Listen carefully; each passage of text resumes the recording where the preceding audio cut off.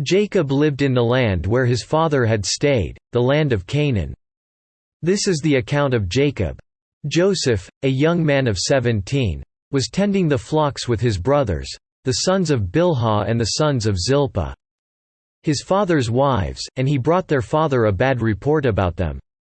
Now Israel loved Joseph more than any of his other sons, because he had been born to him in his old age, and he made a richly ornamented robe for him. When his brothers saw that their father loved him more than any of them, they hated him and could not speak a kind word to him. Joseph had a dream, and when he told it to his brothers, they hated him all the more.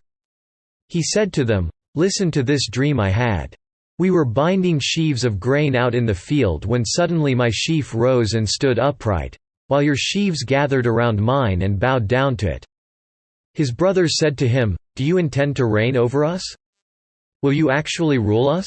And they hated him all the more because of his dream and what he had said. Then he had another dream, and he told it to his brothers. "Listen," he said, "I had another dream, and this time the sun and moon and 11 stars were bowing down to me." When he told his father as well as his brothers, his father rebuked him and said, "What is this dream you had? Will your mother and I and your brothers actually come and bow down to the ground before you?" His brothers were jealous of him, but his father kept the matter in mind. Now his brothers had gone to graze their father's flocks near Shechem. And Israel said to Joseph, "As you know, your brothers are grazing the flocks near Shechem. Come, I am going to send you to them." "Very well," he replied. So he said to him, "Go and see if all is well with your brothers and with the flocks, and bring word back to me." Then he sent him off from the valley of Hebron. When Joseph arrived at Shechem, a man found him wandering around in the fields and asked him, "What are you looking for?" He replied, "I'm looking for my brothers. Can you tell me where they are grazing their flocks?" "They have moved on from here," the man answered. "I heard them say, 'Let's go to Dothan.'" So Joseph went after his brothers and found them near Dothan. But they saw him in the distance, and before he reached them, they plotted to kill him. "Here comes that dreamer," they said to each other. "Come now. Let's kill him and throw him into one of these cisterns and say that a ferocious animal devoured him. Then we'll see what comes of his dreams." When Reuben heard this, he tried to rescue him from their hands. "Let's not take his life," he said. "Don't shed any blood. Throw him into this cistern here in the desert, but don't lay a hand on him." Reuben said this to rescue him from them and take him back to his father. So when Joseph came to his brothers, they stripped him of his robe, the richly ornamented robe he was wearing. And they took him and threw him into the cistern. Now the cistern was empty, there was no water in it.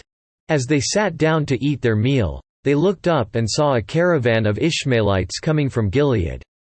Their camels were loaded with spices, balm and myrrh, and they were on their way to take them down to Egypt. Judah said to his brothers, "What will we gain if we kill our brother and cover up his blood? Come, let's sell him to the Ishmaelites and not lay our hands on him after all. He is our brother, our own flesh and blood." His brothers agreed. So when the Midianite merchants came by, his brothers pulled Joseph up out of the cistern and sold him for 20 shekels of silver to the Ishmaelites, who took him to Egypt. When Reuben returned to the cistern and saw that Joseph was not there, he tore his clothes. He went back to his brothers and said, "The boy isn't there. Where can I turn now?" Then they got Joseph's robe, slaughtered a goat and dipped the robe in the blood. They took the ornamented robe back to their father and said, "We found this. Examine it to see whether it is your son's robe." He recognized it and said, "It is my son's robe. Some ferocious animal has devoured him. Joseph has surely been torn to pieces." Then Jacob tore his clothes, put on sackcloth and mourned for his son many days.